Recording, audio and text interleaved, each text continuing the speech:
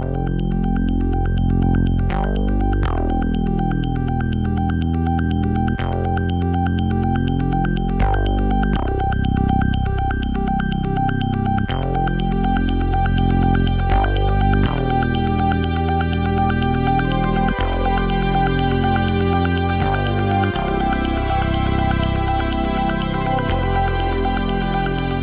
racing fans, hello California Thoroughbred Racing Club, welcome to Santa Anita and Barn 68. I'm going to talk a little bit about blinkers. Both of the fillies that the racing club owns, part of, Cutter Nehf Racing Stable, that's Cincy and I, we own part of those horses too. Both of them wear blinkers. Now, Aristea had a problem. When you took hold of her during a race, when you put pressure on the bit, she would swing to the outside, way to the outside, dangerously. And if there was someone next to her, she didn't care. She'd go right into him. So, how do we stop her from getting out like that? Well, we used a blinker. And that's this one here. As you can see, there's only one cup. And we took a half cup, like that, and the tack shop sewed on a leather extension on it. So she can't see to her right. That's on the outside because they're going counterclockwise in the race, so the right is on the outside. The idea is, and the reason it's so effective is, horses don't want to go where they can't see. They don't want to get into trouble. So it's been very effective on her. But we did notice that she was getting a little nervous and a little shy of horses coming up behind her on the outside. So what we did was we opened that hole in the blinker so she can see back. She can't see out to the outside, but she can see straight back behind her. Now, horses can see all the way around, 360 degrees. They can see directly behind them. And that's why this is effective in letting her see what's coming up behind her. Another type of blinker we use for Moroccan Queen. This is called a French blinker.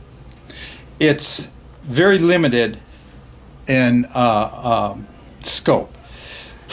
She can't see directly behind, but she can see everything else.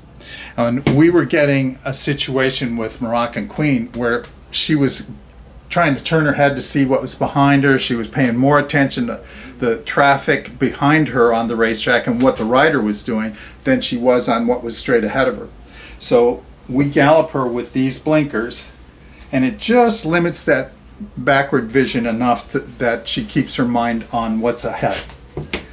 This is a regular full cup blinker, and this gives them just enough outside vision so when a horse is coming up on the outside or on the inside, a horse is coming up behind them, they can see them at the last moment, and hopefully that keeps their competitive edge going.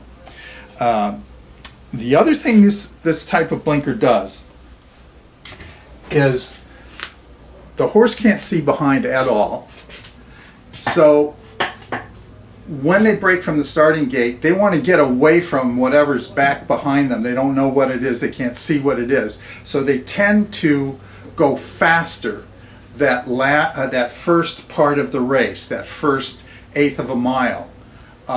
Horses that are a little sluggish and you're trying to get them into the race early, the blinker can be effective in doing that. Conversely, if you've got a horse that's wearing blinkers and you're trying to slow him down that first quarter, you can take those blinkers off.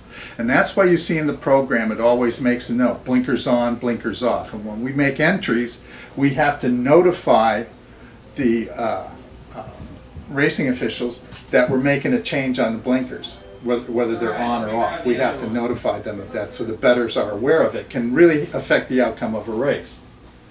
And the last thing we have here is a hood with ear covers, and it velcros under the chin. And a lot of horses you can put earplugs in because they get nervous from the noise, all the noise on race day. And so this just gives a little more coverage over the ears to keep the noise out. And you can get blinkers, a blinker hood with the ears as well. I hope you found this explanation of blinkers informative. If you'd like to know more about the California Thoroughbred Racing Club, just click this link to our website. It costs just $215, no other fees, expenses, or monthly bills. Only 38 membership shares are left. Thanks for watching, and good luck at the races.